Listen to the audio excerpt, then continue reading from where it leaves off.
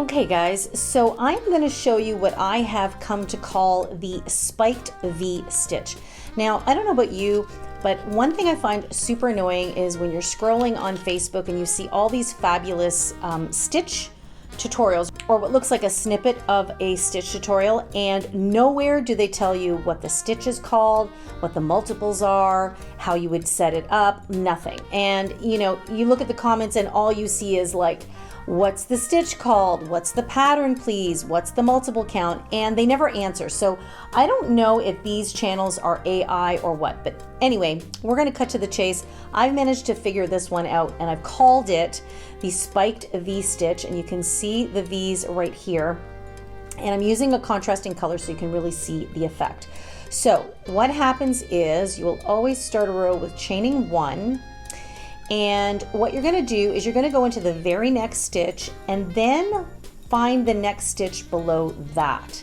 So that would be right here, and that falls right in the center of where the previous spiked V is. So I'm just going to insert my hook right through there, and that's where I'm going to begin a spike stitch right away.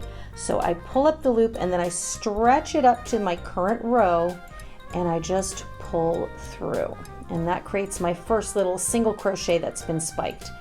Then I work my way back up to that stitch originally tracked down, and I work a regular single crochet. Okay, and now so now you can see the lower spiked stitch and the regular stitch there. Now what I want to do to finish off the V effect is I'm going to go back down to that lower stitch, and I'm going to do another spike stitch. Okay, so spike just means we're going low and we're going to create a nice stretched effect. So you can see that creates a nice little V there.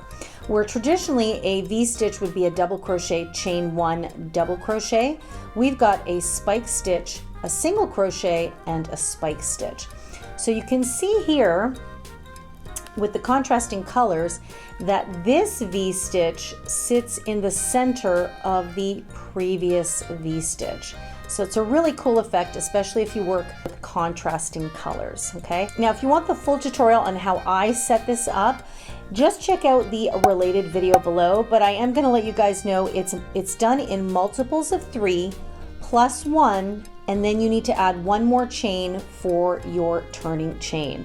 So hopefully that helps you and sets you on the right path. In the meantime, I hope you enjoy working up this stitch, and happy crocheting.